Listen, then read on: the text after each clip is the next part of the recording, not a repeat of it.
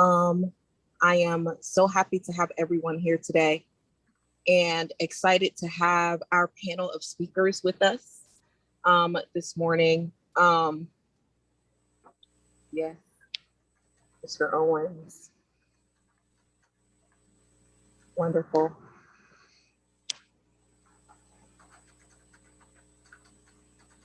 Yes.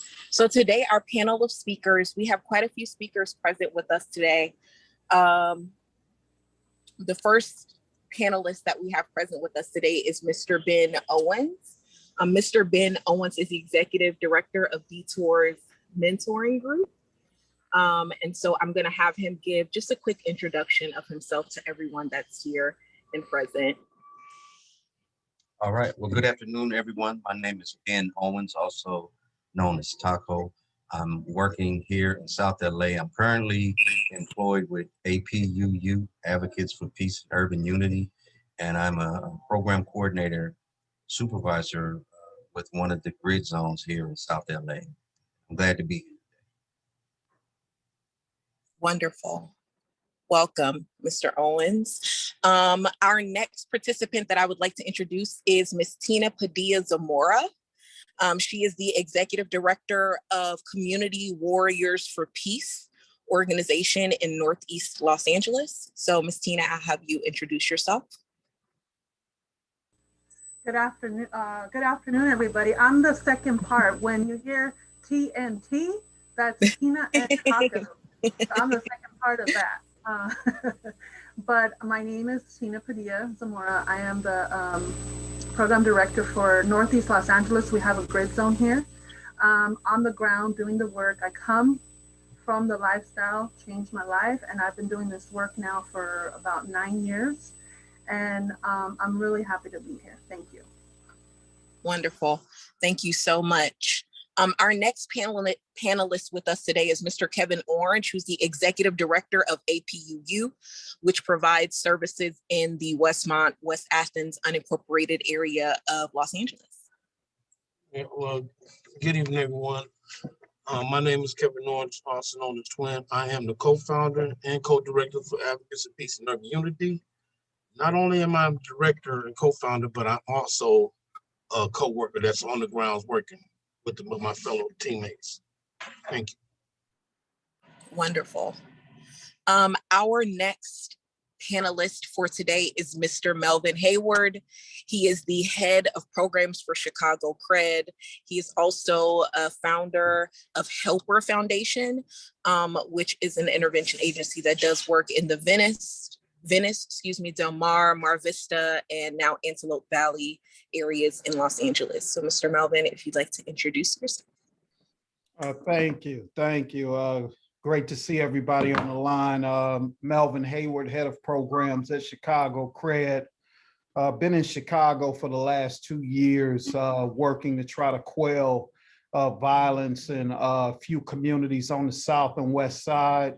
I'm a native, born and raised in Los Angeles in the Venice, California area.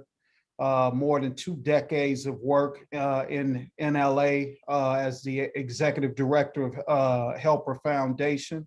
We're just glad to be here and looking forward to the discussion. Thank you. Wonderful.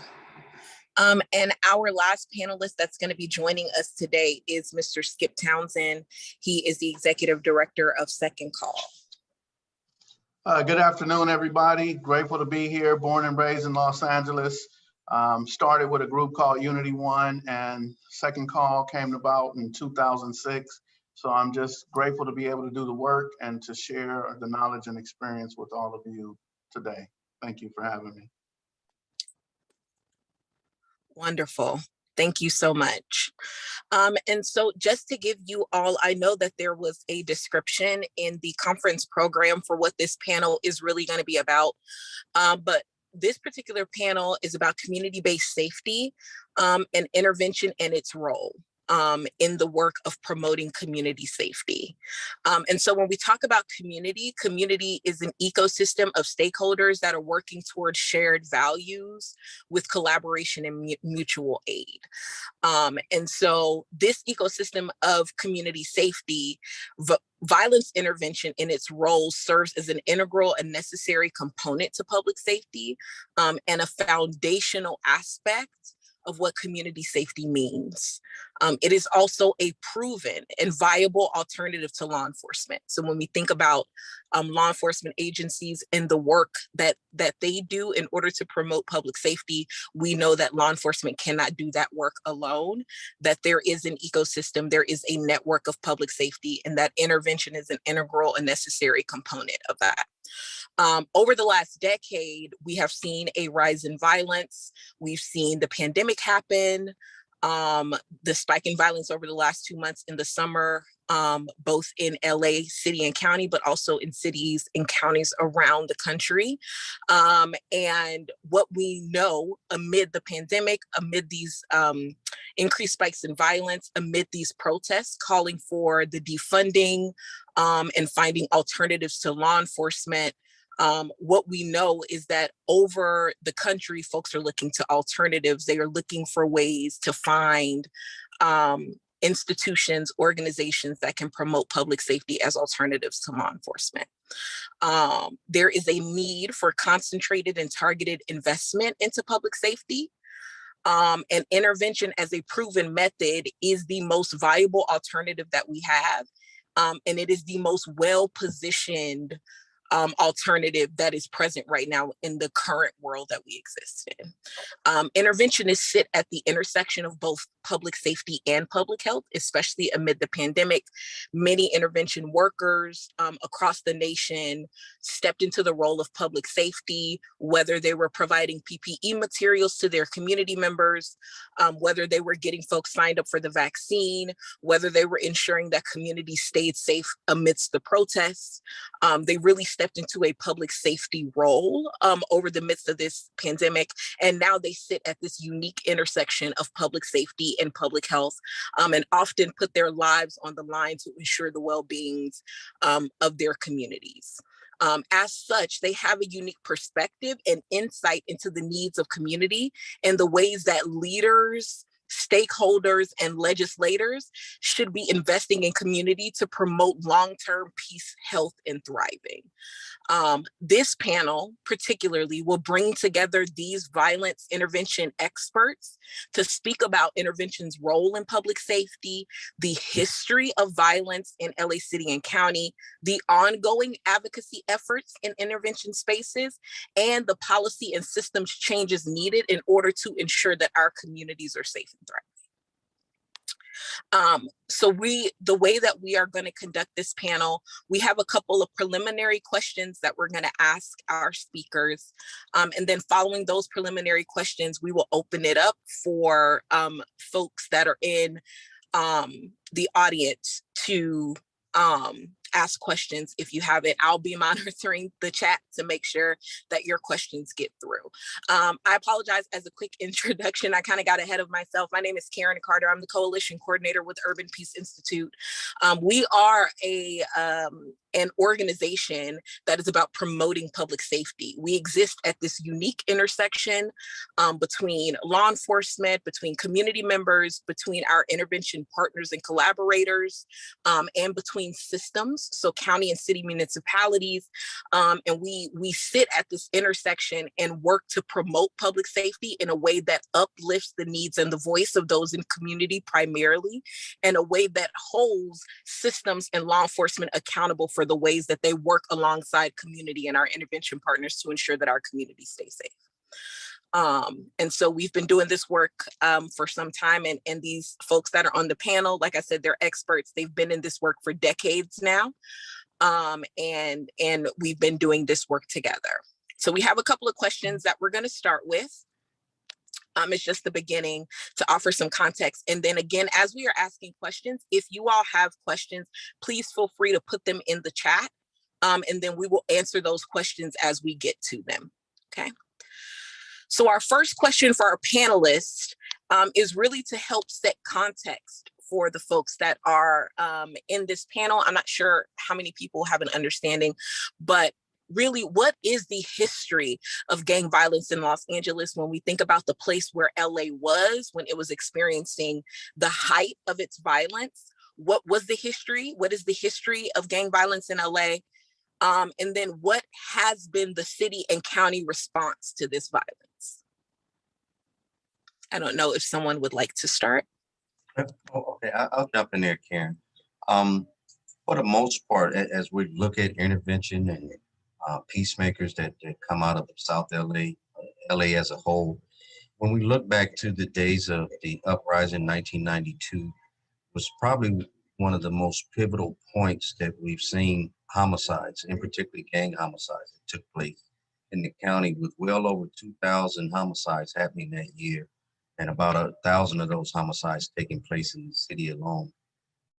And what we seen that came out of that was a group of ambassadors, a group of interventionists, peacemakers from different neighborhoods that were willing to sit down at the table and see how they could be a resource to their community. This massive network system of peacemakers, and we began to interact with each other. So when there was issues in the community, we could pick up the phone and call someone, and put those fires out before they became lethal. Today, we're at about 400 homicides within the county.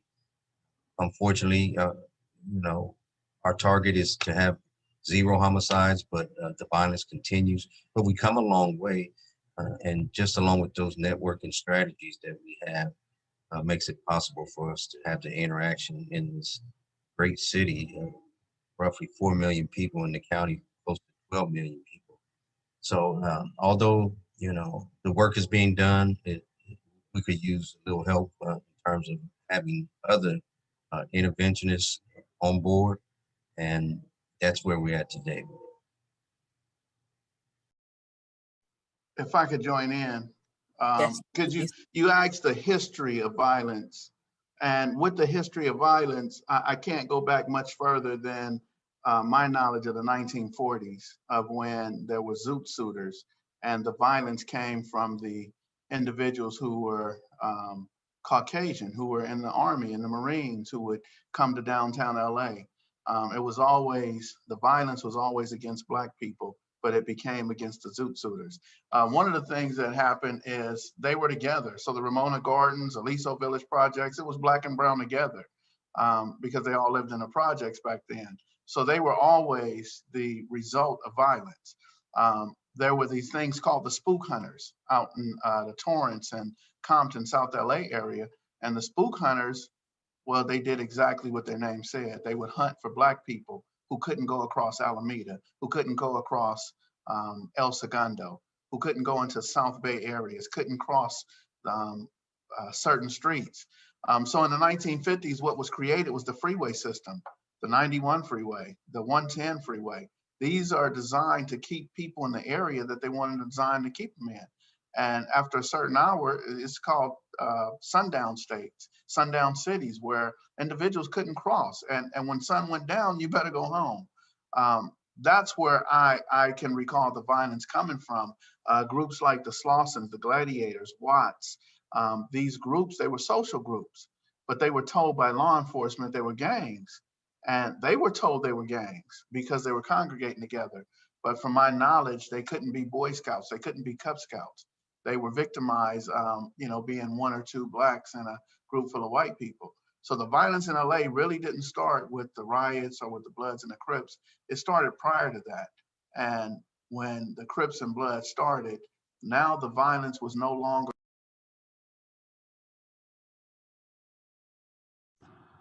I apologize, Mr. Skip, you went out for a moment. You're on mute, Brother Skip. Okay, sorry about that.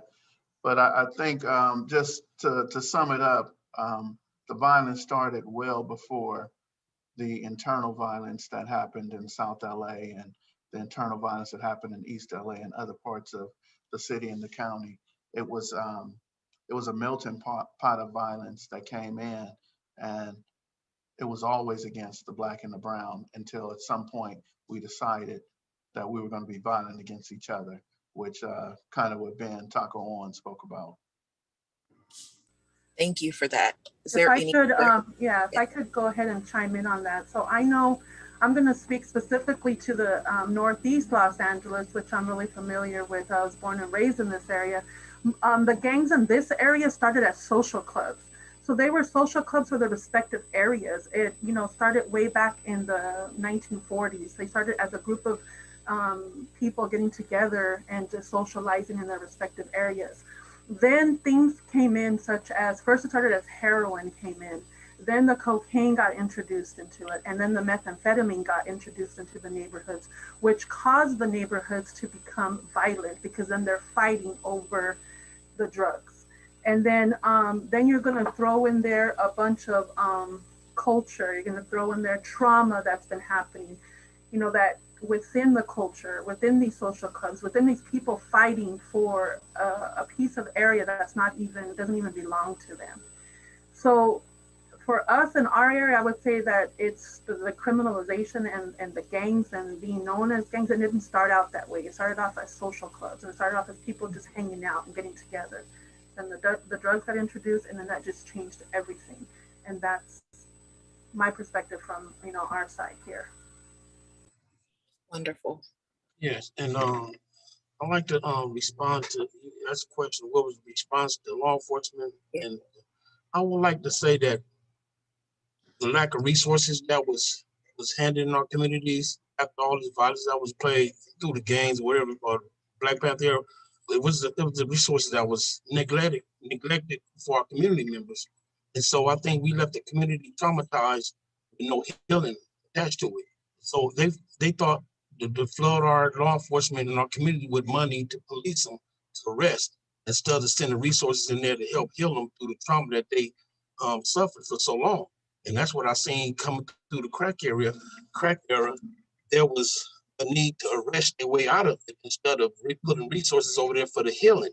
And so we have a generation of young kids that was a product of that crack era, and now they're having kids now, but the trauma was never addressed. And so that's why we find ourselves repeating the past. So now we come together as interventionists to stop gang warfare, but now we found out in getting ourselves out there that we was dealing with something much bigger than that was trauma, that was a mindset. And so if we don't get into a young person mindset to get them thinking something differently, he gonna find his way back into that long road of recovery, going through drug addiction, I'm gonna say gang addiction because it could be addicted, so I think us coming in is trying to strategize and put ourselves in a better place to deal with the healing, to get our community to that healing aspect of it, because we never talk about healing. We talk about mental health, and we talk about a lot of people, but what do healing look like? So we could be really traumatized, not only the people in the community, but law enforcement traumatized. Our whole justice system is traumatized because they feel that there's an increase in violence. We got to lock everyone up. Let's go back to the beginning and find out what happened so we can start healing people. Because we cannot heal the young without healing the old, because they're going to be the one that's going to be leading and teaching our youth. So I think we got to look at that aspect and finding other resources instead of just criminalizing and locking people up, because you can lock somebody up, but if you never address the healing and the trauma aspect of it, it's going to be a cycle that you can keep repeating. People in higher places understand somebody that's having been treated for a traumatic experience can find themselves hurting others or hurting themselves. Thank you. Thank you so much for that, Mr. Orange. And I think, just to synthesize all that together, I think, exactly. I think in terms, one of the things that you talked about is like arresting their way out of this, that this kind of response was, let's not inundate communities with the resources that they need to actually heal, to actually address these root causes of violence, but instead let's just arrest perpetrators of violence. Let's arrest folks in community, and believing that was an arrest our way through that. And I mean, obviously what we know is that didn't work. And so I think as a follow-up to that, when we think about community-based safety, or when we think about intervention and its role in promoting safety in community, obviously arresting our way out of those things was not the appropriate response, nor was it the most effective response. From you all's perspective, what is the appropriate response? How do we appropriately respond to community violence from your lens? Yeah, I guess I'll start this one. You know, to be quite frank, I think we need a real comprehensive approach. You heard from my colleagues talk about generational issues around trauma, around police brutality, around our communities being affected by a plethora of issues, right? And so when we talk about coming up with a solution to community-based violence, you know, the way that I see it is it's a few things that need to happen. Number one, intervention work is the tip of the spear. Those are the individuals that have come from the lifestyle, have the most relationships in the community, and have something that we call a license to operate, which is really permission from the community to provide a service.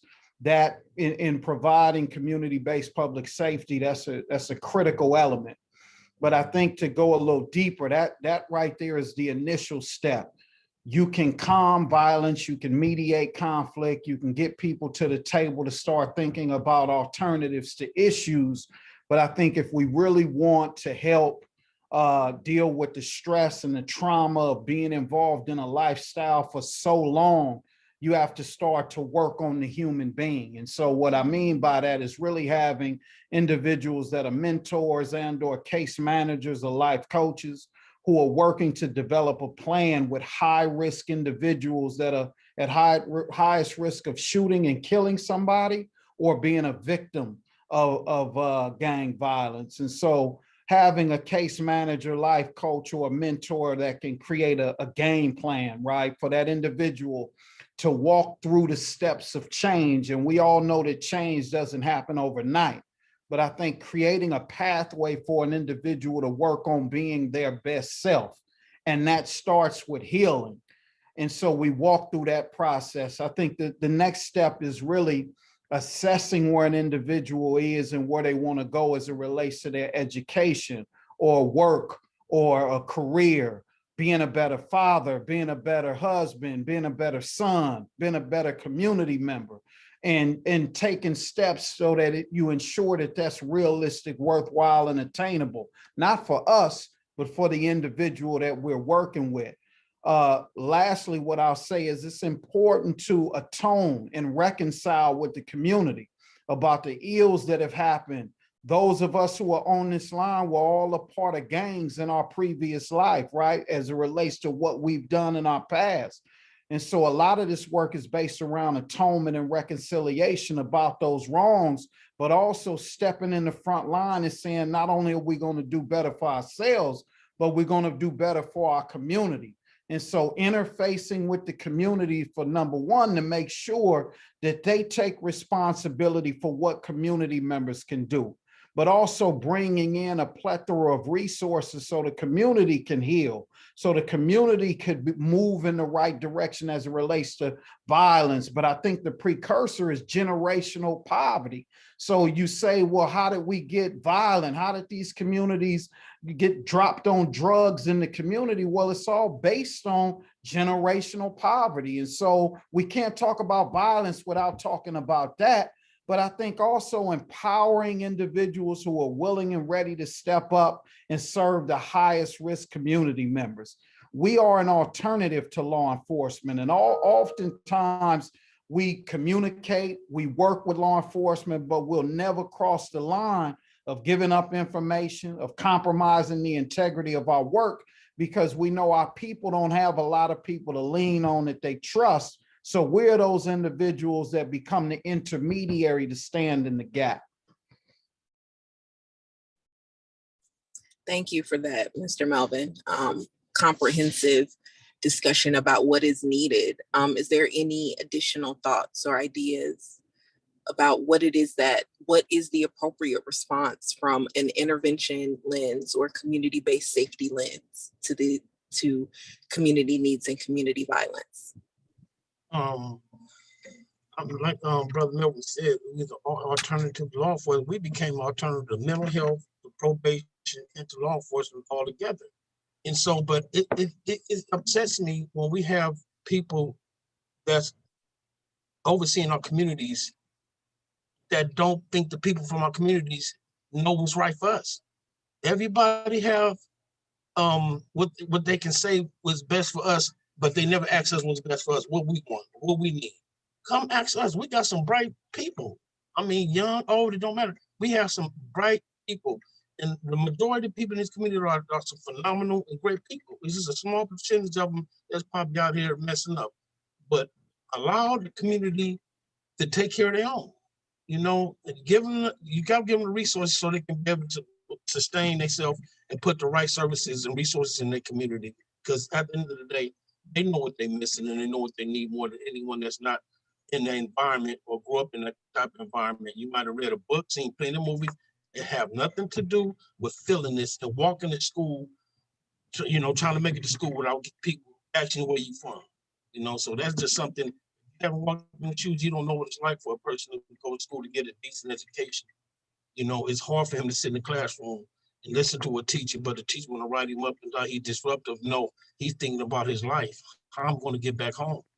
So we had to set up these safe passages at some of these schools and these safety routes for him to get create a safe route for him to get to school, have safe passages while he's there to keep himself safe, as well as administration and the faculty at these schools. So it's a number of things that we became alternatives to, and I think we became a greater resources to our community. The most establishments that that's been in place for like the last 100 years. So. Thank you so much for that, Mr. Kevin. Any other thoughts of what is the appropriate response from your perspective and your lens of being in community to community violence? Go ahead. Okay.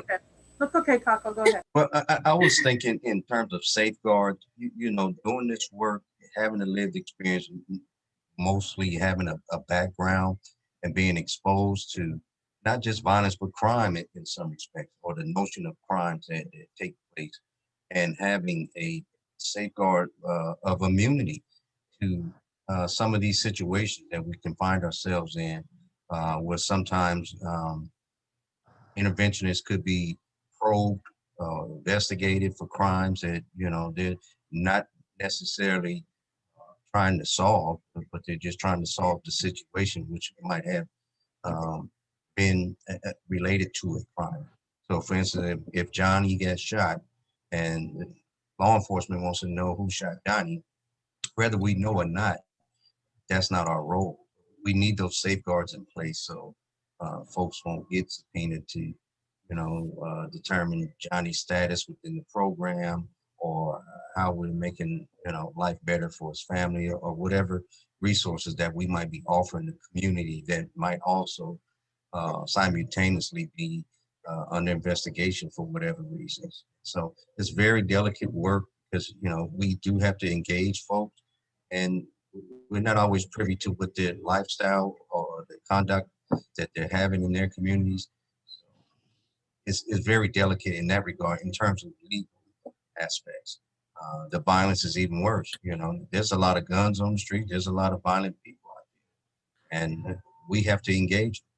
So we literally put our lives on the line trying to help our community and save those lives. We don't have those vested protections like law enforcement.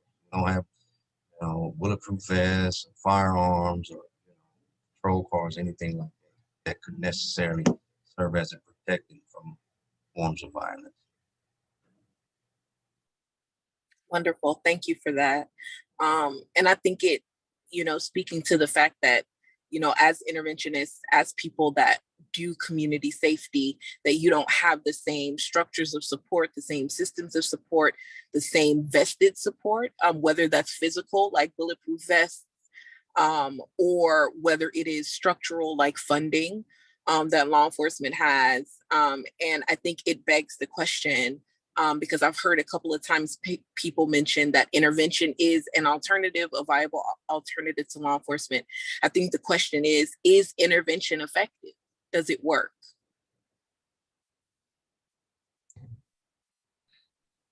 I have a situation today where it's effective and it works. Got a phone call this morning about two individuals who were getting into it. One of them had been stabbed. The one who was stabbed shot at the other individual. So the guy gets me on the phone and tells me the name of the person, and I call him and I talk to him and have a conversation and ask him would he be able to sit on the phone and be humane about the situation with someone who stabbed him. And after about 30 minutes of having this phone call, myself and the other interventionists agreed that this is over with. We've talked about it, we've discussed it. Moving forward, can you guys leave it alone?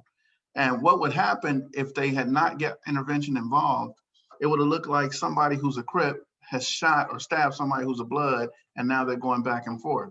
When really it was over a girl. It was really over, personal issues, but because intervention was involved, how many lives did we save? There had already been a shooting, there had already been a stabbing, and now we're able to say, okay, both sides take losses. So I think it's very important to do this. And I just sat here and did that within a 35 to 40 minute time frame. And it made me think today, how many times have I done that and it hasn't been documented? How many times have Melvin or Twin or Taco, Tina has done that and it wasn't documented? It's simply a conversation to save lives. So we can run down numbers. I think Taco gave us some numbers about 4.4 million people in LA City, 10 to 12 million in LA County. So we could talk about how many shootings there were, how many lives were lost in this time period of 2021 or what happened in 2020. But can we document how many lives were saved because of interventionists? And for the most part, interventionists never truly have the opportunity to tell their stories. And when they do, it's often told by other people. It's not told by the actual interventionists. There's groups of people who have done research who are taking our stories and saying, hey, look, they speaking for interventionists. This works. Look, let me show you how. And they talk to people and show how it works, and they get millions of dollars. And then I continue to do the work that I do for free. Yeah, I'll add to that. Skip, spoke to it, and I think that's the work that happens that goes untold. But the GRID office has a report that speaks to the work in the city of LA, and talking about intervention being a critical vessel to reducing violence in the city. Most importantly, the retaliatory incidents that happen based on revenge or something happening before, and people are upset and they want to get their lick back. And I can also tell you, when I started doing intervention work in Los Angeles, homicides were between 600 to 800 homicides per year. And so now you move down and you even in 1992, having 1,300 homicides in the city of LA. And so for the last decade, homicides have been under 300 for 10 years. And so that law enforcement can't take credit for that. You've had the chief of police and captains and lieutenants and commanders who have spoke on the importance of intervention in the city of LA and across this country. And so we know that it works, and it's been documented and it's been evaluated and studied in the city of LA. And what I can tell you is that LA has been the place where in the past we've transport the problem, right? LA gangs are all over the country and even all across the world.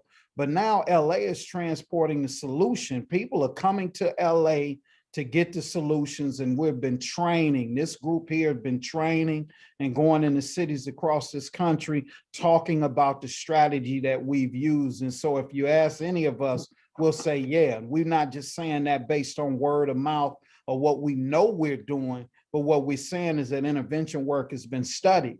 I think now, if we want to move in the right direction, what Skip talked about is oftentimes we're not the ones talking about the success, but I think in this time and day, it's important that we start to have Black and brown researchers, right, who are in the community researching our work and collaborating with the peacemakers to prop up the work and not having other people come in and take credit or utilize the research and start to bring more money into their institutions. But the resources need to go back to the work. The resources need to go back to the community. So I'll say it definitively that absolutely this work, it works. And we are true examples of how to work. It worked for ourselves, but it's working in our communities.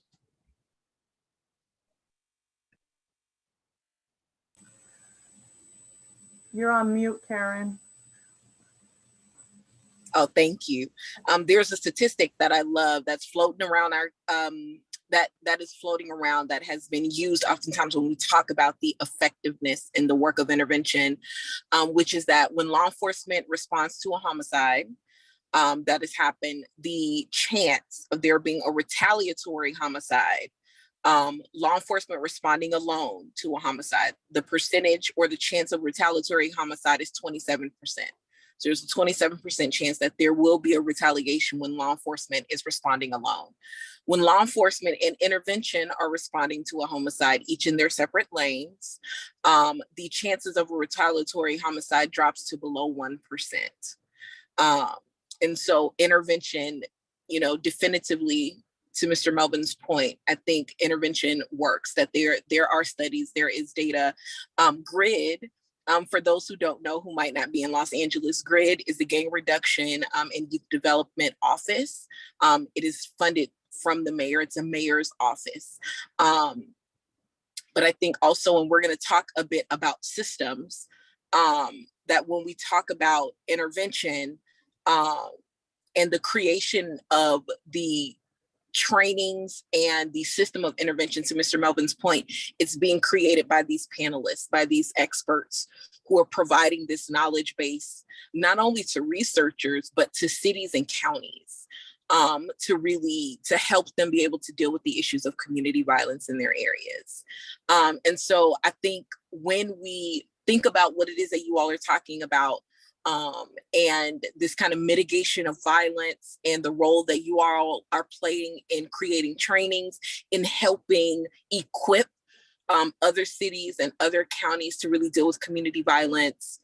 Over the last 10 years, what has been the growth of intervention and community safety at the city and county level in Los Angeles? So how has intervention been growing? What has been happening for intervention over the last 10 years? Well, just a footnote from your response to Melvin as far as what intervention has done and capturing that information. We also want to take into account that data that's reported. So when you look at gang violence and within the gang culture, most people aren't calling in crimes, especially acts of violence. So my own personal assessment, that would be like multiplied by probably 5 times, because what's reported and what's not reported in our communities. And that's on multiple levels of offenses that take place in our communities. Folks just don't report it. So they call the interventionists, they put the fire out, but that's the story that's never told or heard because it's not publicized. What's happened within the last 10 years, we've seen this development of intervention grow and professionalize to the degree to where folks acknowledge that this is a field of work that is impacting the community. You get folks out there who are boots on the ground, and folks who have the capacity to explain it, to articulate it, to make it fundable, and explain why it needs to be funded. Because it doesn't just impact the crime element, but better living for communities. Folks want to be able to go outside and walk to the store and be at the park, things like that. And they need to know that there are other options of public safety in their community.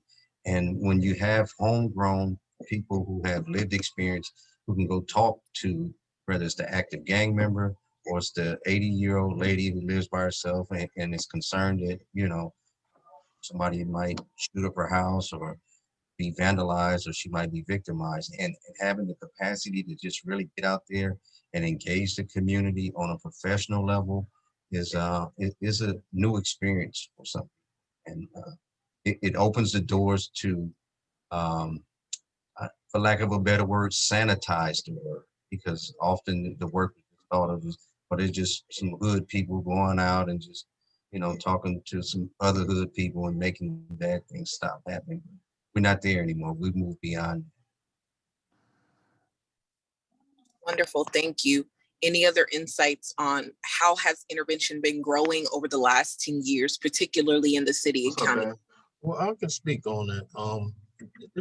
The intervention been growing far as the conversations, but far as the people on the ground, boots on the ground, we tend to be standing in quicksand or something, because we're not even living we're not getting paid a livable wage to live in California, in Los Angeles. We still fighting just to get 40,000 a year, so we still at 35 and 34,000 a year. But you asking young men and women to go out here and get in the middle between law enforcement and protesters. See, when all the protests was going on out here with BLM, it was interventionists. The men and women was out there standing between law enforcement and BLM. That's why I come here to see them in South LA being so disruptive. They were pushed all the way out of here. So these are things that's been driving intervention to a high level, to where public health, the county brought in public health because they realized that was a public health epidemic. So we're sitting down with them for the last 5 years. We were able to create an Office of Violence Prevention. And I think I can put my name on that, that I sat with the directors and we came up with something, because it was all about healing for me. So we decided to create an Office of Violence Prevention and start dealing with the healing aspect, so we can get people, mentally into a safe space in the head. But where intervention for us on the ground, the name's getting larger, but it's not affecting us economically, where we're able to take care of our families and hire the people that we need on the ground. So it's a lot said that we involve ourselves in, because grief and loss, that's an area that we tend not people want to talk about, but we deal with these families that mothers lose a loved one. It's constant. We had to comfort mothers, brothers, sisters, and fathers in walking through the process of burying a loved one. Don't nobody wake up, knowing what to do with burying a child that was murdered. But this is where we come in and bring that calmness to help them through the process. And that can wear on us sometimes. So we got to do some self-care and healing on with each other. So that's where we get. And then I've been to victims of crime services. I think that should be done from our agencies. The family should be coming to our organizations and providing them services. Because when you asking a mother to go into a police department to get the victim of crime services, she's getting investigated. They want to intimidate her. Like, if you let me know, give me some information. The mother don't know who killed their child. So that's between her giving the law enforcement some information and burying her loved one, they put them in a difficult spot. So, and I don't think the services need to be inside of a police station. It should be in grassroots communities, grassroots agencies, and organic agencies like ours, for people to come in there and receive them services. And I think it'd be so much money left on the table that these families can take advantage of, especially dealing with the trauma. After burying a loved one, the months and years after that nobody come back and check on them. That's where we come in at, because we see them. We in the communities with these men and children and women. So that's just something to think about. That intervention is, we left out of it when it comes to the monetary of it. But or as with the pandemic, we had one day with police had blue flu. We had to stay out here and stay in the streets. We had over 400 officers was sick that day, but intervention had to step out there and step in these roles to protect our community and make sure they were safe, as well as safe from passing on the COVID. So those are just things I want to touch on. Thank you so much for that, Mr. Kevin. Tina, do you have anything you'd like to add about how intervention has grown over the last 10 years? Yes. So for a long time, interventionists for doing this work, as Kevin had said, without receiving the monetary payment for doing this work. We were at the table, we were doing meetings amongst each other, talking about things that were happening in the street, trying, calming tensions. So it wasn't until I think recently when the disruption happened and then the pandemic happened, when interventionists really were brought to the forefront. We were in the mayor's speech. We were being recognized at that time. We were in, providing public safety. We were not only violence interrupters, we were virus interrupters. We were out there doing the work and making sure the community was safe in all aspects. So I say, we've been here, we've been doing the work, we never left, we're never going to stop doing the work. We're doing this work because it comes from our heart. It's our calling. It's what we're called to do, because not just anybody can do this work that we're doing. Has it changed over the past 10 years? Most definitely it's changed, but it needs to change a little bit more. We need to be able to receive money to go out into these communities and provide the things that the community needs. Who knows better than us with the lived experience, us that come from the communities? Who can heal the communities? It's us. We need to heal the communities. The community respects us, the community listens to us. And it's just, we need the support of everybody to continue this work that we're doing and in saving lives. Thank you for that. And I think it's also important to note, and I know that Mr. Kevin alluded to it, but again, when we think about intervention as a field of safety, as an integral foundational part in a field of safety, that the work that these panelists have done over the 10 years, I would be remiss not to highlight the ways in which they have been integral and foundational to intervention being developed in the LA City and LA County area. The work that they've done with the County of Los Angeles to help support and bolster the Office of Violence Prevention in their effort to expand intervention around the county. The work that they've done to create the blueprint for what the GRID office is in LA City and how it provides intervention. And the continued trainings that they do. And, Mr. Melvin spoke about, around the country, but the truth is around the world. These experts have gone to other countries and provided insight into strategies and ways to deal with community violence from an intervention lens. And they are experts. They are on the ground, but they have the knowledge of what it takes and the ways in which they have structured and created intervention and supported intervention and continue to grow intervention in LA City and LA County has really set the blueprint for what this looks like and has helped create and be foundational to how it is expanding around the nation when we think about alternatives to law enforcement and community safety. I think one of the things that has consistently come up is the need for funding.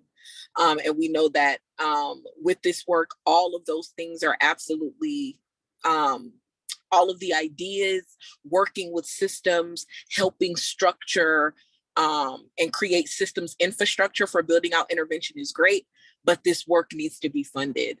And so obviously that is one big component, but for you all, what are some of the other challenges to growth for intervention? Obviously funding is a big part of that and needs to consistently be reiterated. But what have been some of the challenges over the last 10 years to growth for intervention, particularly as you all have engaged with systems? So as you've engaged with county and city municipalities, as you've engaged with law enforcement, as you've taken this work federally, I would be remiss not to mention that, these experts sit on panels and coalitions federally around the nation to really push community safety. And so what have been, in you all's experience and in your knowledge, some of the barriers to growth for intervention? Let me start. I muted myself while you were talking. I want to make sure I jumped on top of this, because one of the things that happened, and as you talk about federal funding, we talk about federal dollars, there are $5 billion that are coming out of the federal government that's supposed to be earmarked for intervention across the nation. it looks like about $640 something million per year. That'll go anywhere between New York, Chicago, Los Angeles, Oakland, all these different cities, about 20 different cities. What happens is federally, there was a congresswoman who wanted to give me $100,000. And she said that I'm gonna give you $100,000, but I'm gonna give it to a larger agency so you don't have to jump through hoops with the federal funding cycle. So this larger agency said, well, we're gonna take half of the money. And the congresswoman said, that's fine, you both do great work. And so once they took half of the money, then they said, well, we're gonna charge you 10% for being your fiscal agent on this $50,000 that we're giving you. So bottom line is, because of things of that nature, because we're smaller agencies, we're looked at like, well, you've never dealt with money before, but I've dealt with, over $300,000 with county contracts, over $150,000 to $200,000 with city contracts. They just felt as if it might be too much for a smaller organization. So instead of us getting the money that we should receive, we're now down to receiving less than 50%. But also, I think it's important because with some of the county contracts, I was in a county contract that lasted over 9 months before I finally got funding for it. So during this 9 months, I'm paying my employees, I'm paying payroll taxes, I'm paying all these different things. And that's some of the things that happens where the average smaller nonprofit wouldn't be able to maintain and continue to provide these services. So I think that is a problem. The fee for service of getting a fee for service with the county. And also there's a number of different insurance policies that we should have, not just the general liability for $1 or $2 million, but there's certain insurances that if we're going to schools, then they want us to have professionalism insurance or I forgot the different insurance, but there are different insurances that attach to us. When getting insurance, they also want to attach not just the schools or the place that we're going, but if this is a county contract, they want us to put the county or the city. The city has to be added to my insurance policy. So these are some of the things that happen in nonprofits when we are good at being the practitioners, we're good at doing what we do. It ends up where there's so many barriers that for some people they give up. Or for others, they say, well, it's just easier for me to work for another organization than it is for me to run my own. So those are some of the things, and most of the larger organizations understand this. So what they'll do is they'll literally eat the smaller fish and get the small organizations to come on board. I worked for 10 years for another organization when I was told we were going to collaborate. So the collaboration was they onboarded about 5 or 6 of my people, and we then became employees of their system. So those things have to stop. Instead of them sharing with me a budget narrative, a budget summary, instead of showing me the best ways to go after grants, what happens, the larger agency eats the smaller agency, and it's just better for everybody is the way they look at it.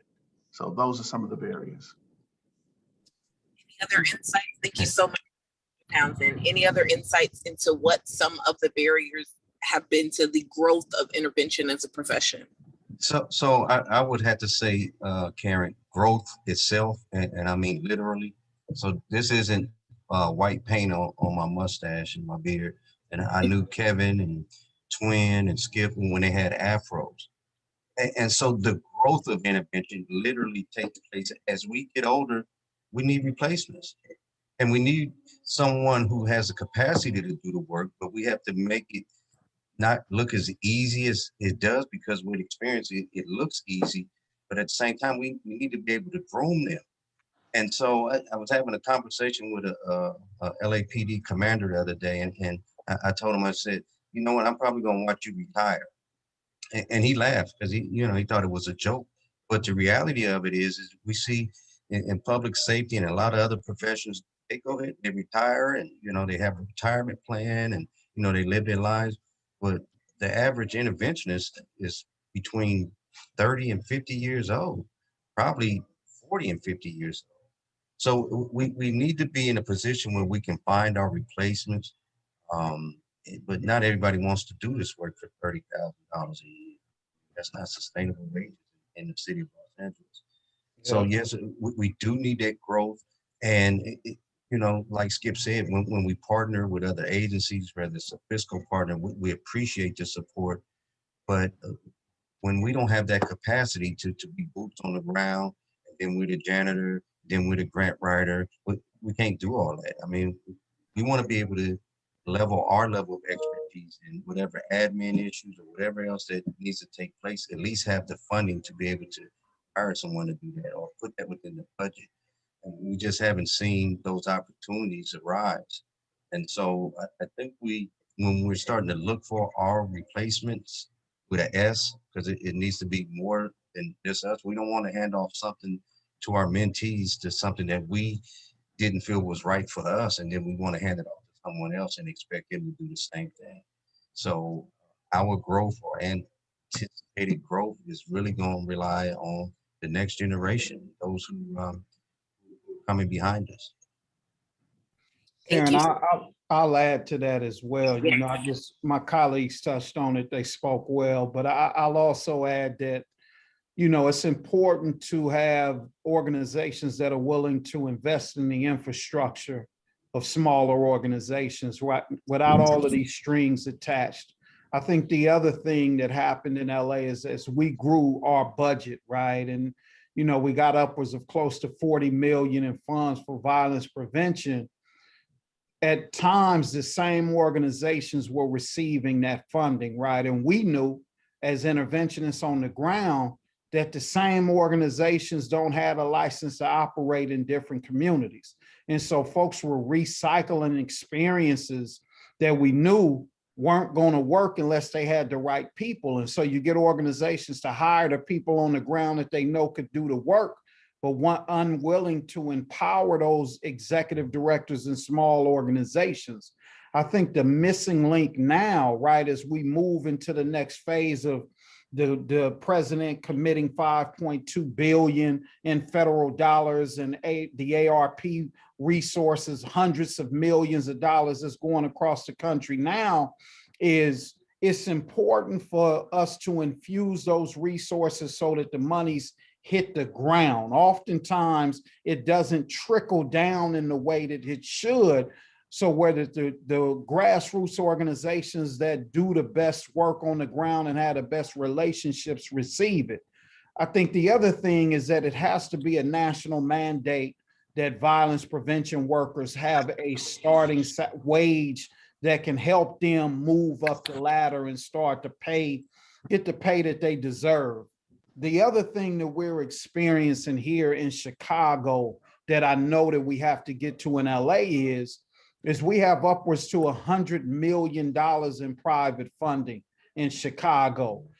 Now that's aside from the public resources that we're getting in a tune of upwards of 60 million.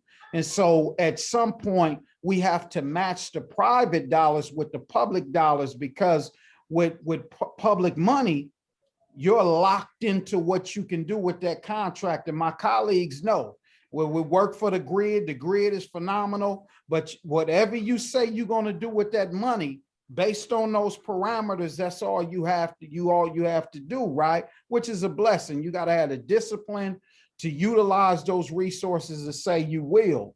But with the private resources, you get to think outside the box. You get to continue to be innovative in this work. You get to pay your people to what they deserve, and you don't have all of the strings attached that you would have with public dollars coming around. So I think the private public partnership and enhancing the ability to have community-based organizations grow, but also do the work that those city and county and state municipalities won't allow us to grow in. And so public-private marriage has to happen in violence prevention. Thank you for that. I have a question from the audience that I want to ask you guys. Someone was curious if you all have previously done work with prosecutors, and if you all have done work with them, what has that work been like? So what does it look like for intervention to interact or collaborate with prosecutors? And if you all have done that work, what does it look like? I'm in the process of doing that work right now. I'm actually Community Advisory Board member for Victim Services for the LA County District Attorney.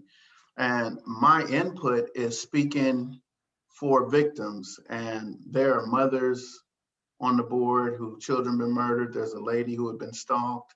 And there are different reasons why they're victims. But for the most part, individuals who come out of my community, we look, I don't want to speak for everybody, but most of us look at ourselves as being suspects and not victims. So if I'm shot or something happens to me, I always want to attach it to where I was or what I was doing, as opposed to just stopping and thinking like I've been victimized. So as I think Twin spoke about it when we talk about victims of violent crimes, and the police want to ask someone who was shot, what did he look like? Where did they go? What were they driving?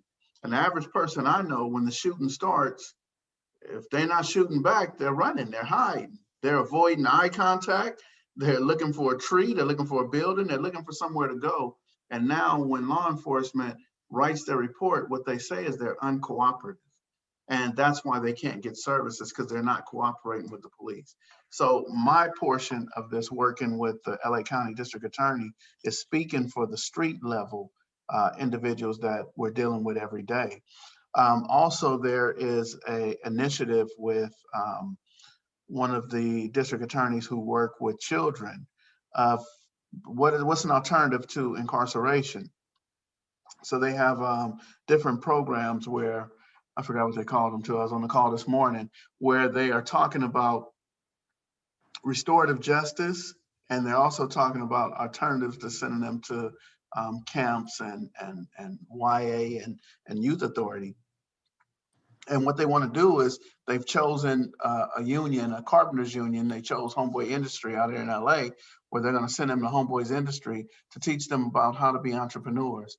They'll have to go to trauma-informed life skill classes, but if they want a career, they want to send them to the carpentry trade or whatever. So they're looking for alternatives. And my input was that this is also needed in South LA. And so there's a district attorney who's dealing with hate crimes. And what he wants to do is he wants to get individuals who are involved in hate crimes. He wants to send them to Second Call, the agency I'm with, and take them through a one-year program similar to what we do with domestic violence, but send them to this program where they now get to address the issues and the root causes of why they committed a hate crime. So there's going to be trauma-informed life skills, but also they want them to talk to a therapist, do one-on-one, at least maybe twice a week with a therapist as well, to where they can start, if they needed any kind of mental health or something outside of a peer group, they'd have that.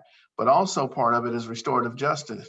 If we can get the individual that they committed the crime against to come into a room and sit at a table and let's have an open discussion. And if the victim is not willing to that, then maybe we can get a cousin, a brother, a sister, a son or something. And if we can't get a family member, then what we'll get is someone who is similar, has similar look, similar whatever, if it's religious, similar religion, similar color, skin color, hair color, whatever it is. So there's a lot of work that the new district attorney, LA District Attorney George Gascon is doing to interact with interventionists, but they're probably close to, I would say, close to 500 interventionists as ambassadors in LA, the county of LA. And it's about 4 of us that he reached out to and put on this board. So it does not cover, and most of the places they want to cover is the Valley, East LA, and Newton Division. There's one small area of 77 Division, which always leads the city in homicides, but it's not enough for the Black people in the community.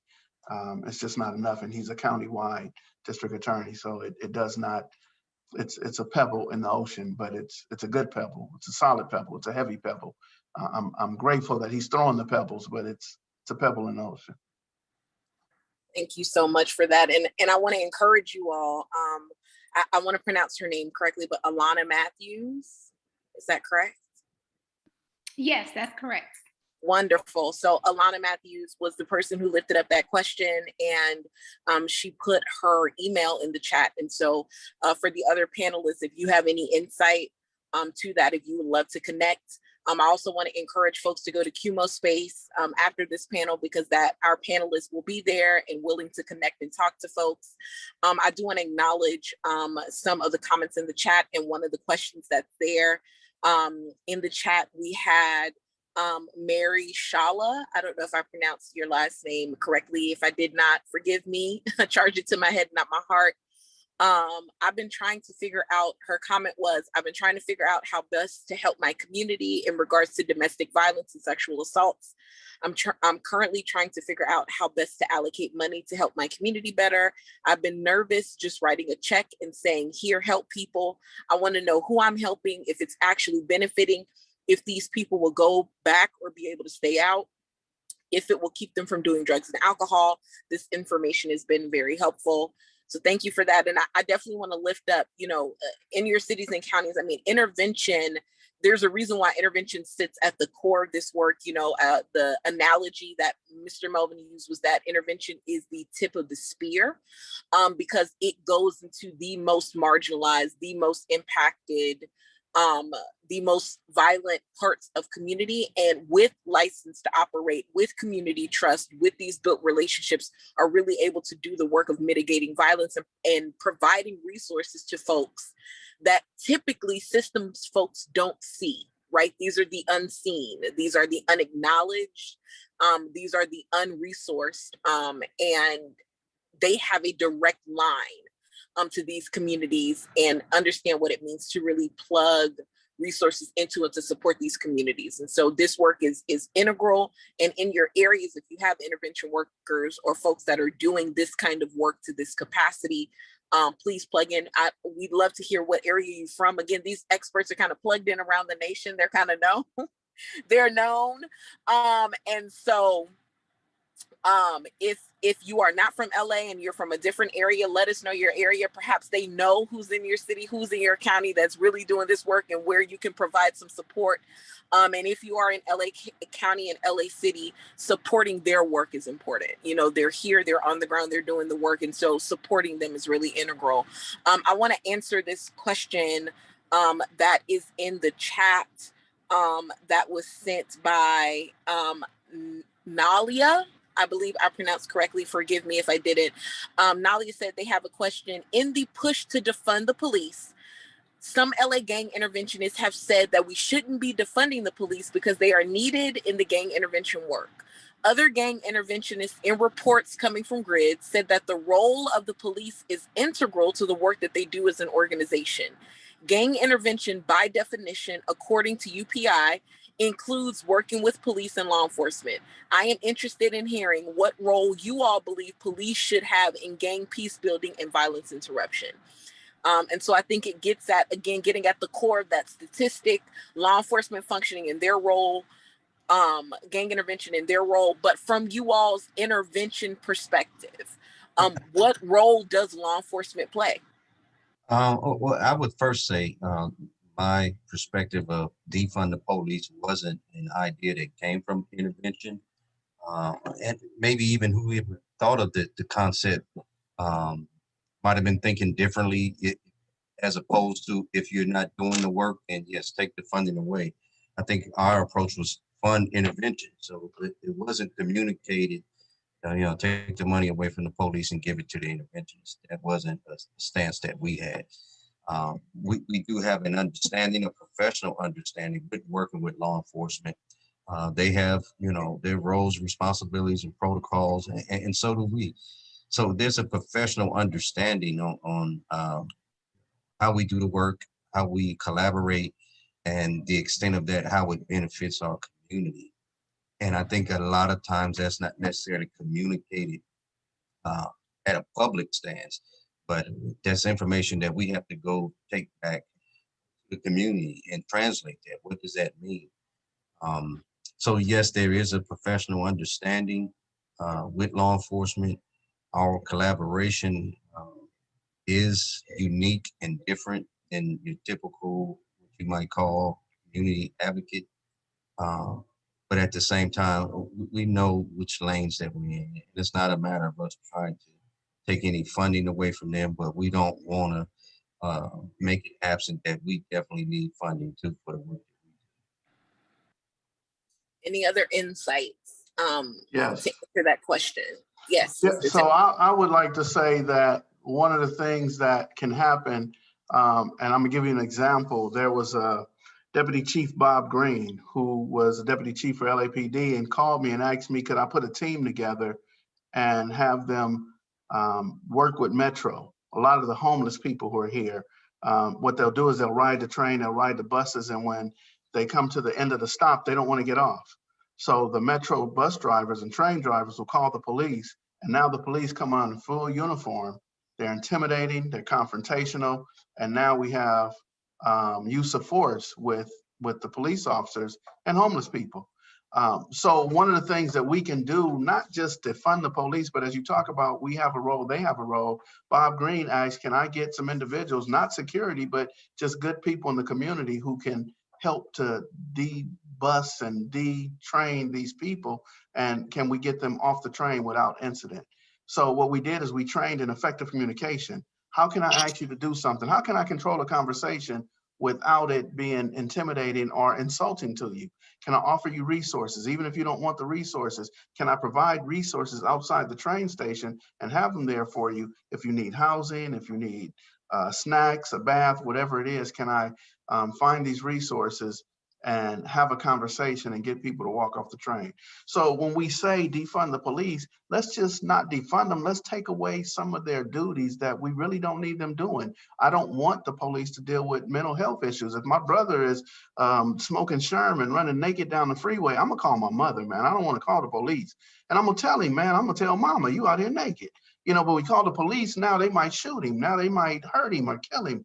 What I want to do is, how can we find alternatives to 911? And that doesn't take anything away from their investigation skills. They got great detectives. They got people in the community. Imagine this, they got people in the community that they convince to tell on their friends. You know what I mean? So the police are doing an excellent job at what they do. What I want to do is to have the first call. Can they call one of us first in intervention as opposed to someone else? And lastly, I just like to say, which I believe is historic, and if I don't tell the story, nobody else will, but in Leimert Park area of Los Angeles was the only still the Black community that we have. It was Watson, Compton, Inglewood was primarily Black, but now the Leimert Park area is the last center, the last hub where when something happens, Black people feel like this is our area in LA. Well, we were asked by the council member for me to have ambassadors at that park. And I've been blessed to have 5 people from that community to be the ambassadors there, to put out fights, to stop people from fighting, to stop people from doing illegal activities, but also to build relationships with the homeless people so that they just don't show up one day and throw their stuff away and make them leave. We're now finding that there are USA track stars who are living in tents in Leimert Park. So we're buying her shoes and helping her to find her children. And I think that that is historic, because I don't think that's the role of law enforcement. That's the role of community intervention work.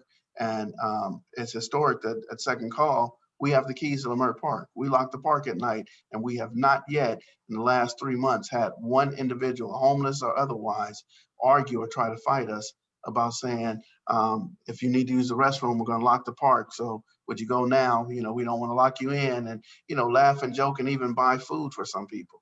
I think that's what's needed, man. It's more of a human approach. These are not suspects. These are not inmates. These are not defendants. These are people. These are our people. So I think that's the one thing that we can do before we have to call law enforcement. Thank Can I you. put a different spin on this, Karen? For Yeah, me, go ahead. You're going to be closing up. But go okay, ahead. but about defunding the police, my thing is like, how can we generate more money to recruit to our African American men and women? I would like to see more people that look like us patrolling and policing our own communities. So how can we direct some of that money to recruit our younger generations, and from elementary, middle school, and high school, as well as some of the junior colleges that we have? So I think we need to put an effort out there, because at this moment, I think we about to lose like about 5,000 to 6,000 African American men and women from law enforcement that's not going to be in our communities. People that don't look like us are going to be policing us. So that's one I mean, one advocate, I mean, that's the advocacy I want to push for. How do we recruit more African-American men and women in our community to police all communities? Thank you for that. And I think one of the important things too, I think, Mr. Townsend is getting at it, Mr. Orange is getting at it, Mr. Owens and Ms. Padilla and Mr. Hayward, we're getting at it, speaking to the work that they do. Oftentimes when we think about law enforcement is reactionary, right? They are coming after the fact to try and figure out what happened. But intervention is about intervening. It is about meeting community at the place where they are, being able to rightly identify and assess what resources they need, what resources they do not have, and to work to try and provide those resources to try and deal with community violence. And so it is a way of intervening, a way of keeping violence from happening, and a way of decreasing the violence that is already present in community. And so I think it is, again, that analogy of being the tip of the spear, it just goes further into community and addresses more of the needs, has more of the human touch and human interaction, than law enforcement. And because of that, it is a viable alternative. It's work that works, in Mr. Hayward's conclusion. One of the things that I just want folks to walk away with, from this panel is, number one, that intervention works, that it is a viable, effective alternative to law enforcement, that there has been data and science that has proven that this work from folks who have the license to operate, which is the background, the connection to community, community trust, community buy-in, that when those individuals are equipped with capacity, with financial support, with system support, and they go into community to do this work, they are effective. And it changes our communities for the better so that they can thrive. And that the important piece of this is that if systems folks are looking for ways to continue to support community-based safety, it is going to necessitate continued, sustainable, collaborative, multifaceted funding for these individuals and for these organizations. And so we want to thank our panelists so much. If you all are interested in continuing these conversations, many of them have left their emails, their phone numbers,